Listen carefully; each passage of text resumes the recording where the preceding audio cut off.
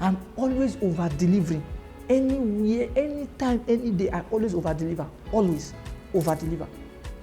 So you cannot, I'm indispensable. You say, there's nobody that's not indispensable. No, you are talking as a mediocre. Every excellent person knows that there are some people that are indispensable. I am one of those. You can't just replace me. Are you joking? How? Where? Who do you want to replace me?